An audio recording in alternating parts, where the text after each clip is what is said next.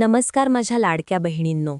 आज पुन्हा एकदा आपण लाडकी बहीण योजनेबाबत खूप महत्त्वाची माहिती पाहणार आहोत.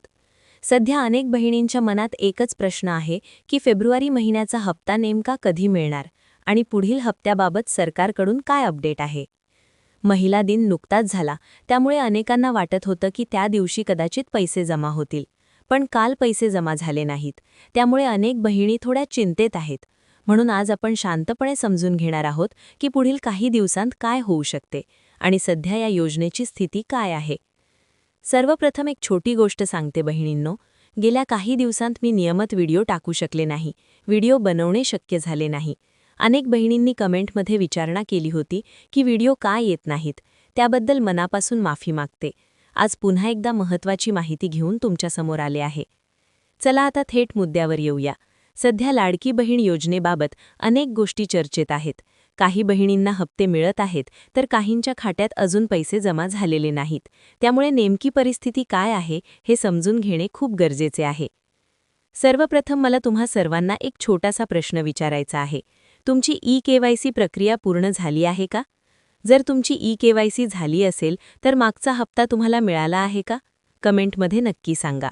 तुमचा जिल्हा आणि तुम्हाला हप्ता मिळाला आहे का नाही हेही लिहा, कारण वेगवेगळ्या भागांमध्ये परिस्थिती वेगळी दिसत आहे.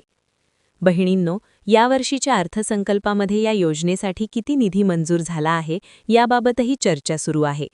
मागील वर्षी या योजनेसाठी मोठ्या प्रमाणात निधी ठेवण्यात आला होता आणि लाखो महिलांना त्याचा लाभ मिळाला होता. मात्र यावेळेस मंजूर झालेला निधी मागील वर्षाच्या तुलनेत कमी असल्याचे सांगितले जात आहे.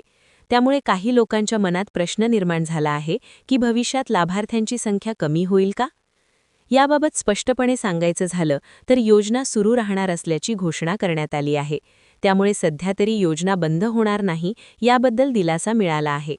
मात्र पात्रतेची पडताळणी अधिक कडक होऊ शकते अशी शक्यता काही तज्ज्ञ व्यक्त करत आहेत. यामुळे काही बहिणींना पुढील काळात कागदपत्रांची तपासणी करावी लागू शकते.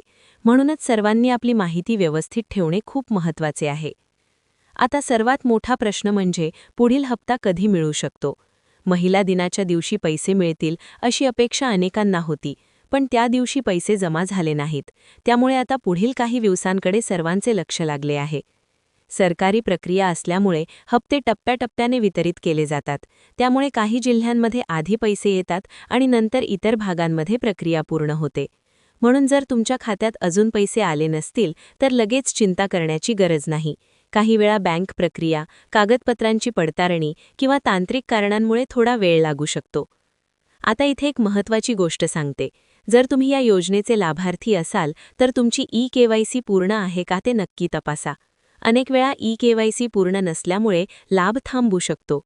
माहितीनुसार 31 मार्चपर्यंत काही प्रक्रिया पूर्ण करण्यासाठी वेळ दिला जाऊ शकतो. त्यामुळे शक्य असल्यास लवकरात लवकर आवश्यक प्रक्रिया पूर्ण करून घ्या. तसेच तुमचे बँक खाते सक्रिय आहे का, आधार कार्ड बँक खात्याशी जोडलेले आहे का आणि मोबाईल नंबर अपडेट आहे का हेही तपासणे आवश्यक आहे. सध्या सोशल मीडियावर विविध प्रकारच्या बातम्या फिरताना दिसत आहेत. त्यामुळे कोणतीही माहिती ऐकली की ती लगेच खरी आहे असे समजू नका. अधिकृत माहिती किंवा विश्वासार्ह स्रोत तपासणे महत्त्वाचे आहे. लाडक्या बहिणींनो, या योजनेमुळे अनेक महिलांना आर्थिक मदत मिळाली आहे आणि अजूनही अनेक कुटुंबांसाठी हा आधार महत्त्वाचा आहे. म्हणूनच सर्व पात्र महिलांना लाभ मिळत राहावा अशी अनेकांची अपेक्षा आहे. भविष्यात सरकारकडून काय निर्णय घेतला जातो हे पाहणे महत्त्वाचे ठरेल. आगामी काळात आणखी अपडेट्स येऊ शकतात. त्यामुळे कोणतीही नवीन माहिती समोर आली की ती आपण शांतपणे समजून घेणे आवश्यक आहे. जर हा व्हिडिओ तुम्हाला उपयोगी वाटला असेल तर इतर बहिणींना नक्की शेअर करा. कदाचित त्यांनाही ही माहिती उपयोगी पडेल.